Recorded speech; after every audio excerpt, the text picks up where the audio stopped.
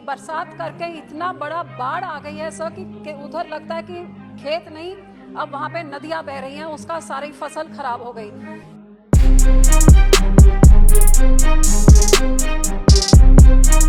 नहीं, गरीबों के मकान बाढ़ में रोल गए हैं, मजदूरी सारी खत्म होगी और हमारे मुख्यमंत्री हेलीकॉप्टर से देख के किसानों से बिना बात किए उनकी बात तक नहीं पड़ी।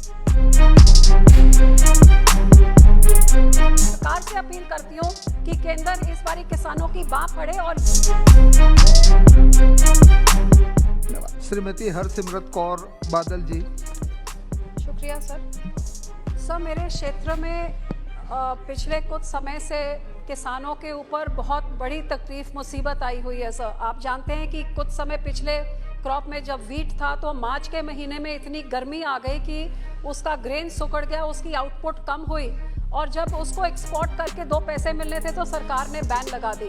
अब सर दूसरी क्रॉप आई है तो साथ करके इतना बड़ा बाढ़ आ गई है सर कि उधर लगता है कि खेत नहीं, अब वहाँ पे नदियाँ बह रही हैं, उसका सारी फसल खराब हो गई।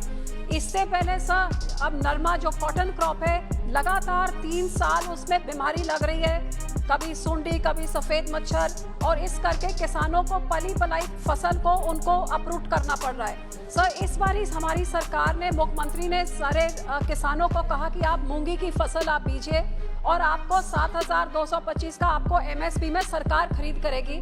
लेकिन इतनी दुख की बात है सर कि मूंगी की 4 लाख टन का जो उनका अब क्रॉप आई है उसमें से 10% भी सरकार ने खरीद नहीं करी और 90% किसानों को MSP के नीचे प्राइवेट प्लेयर्स को 5-6 हज़ार में बेचना पड़ा है।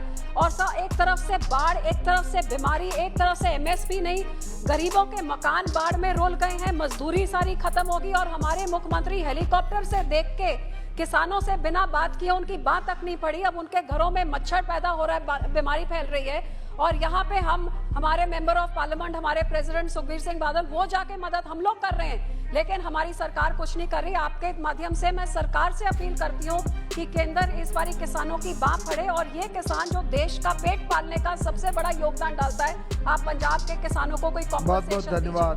बहुत बहुत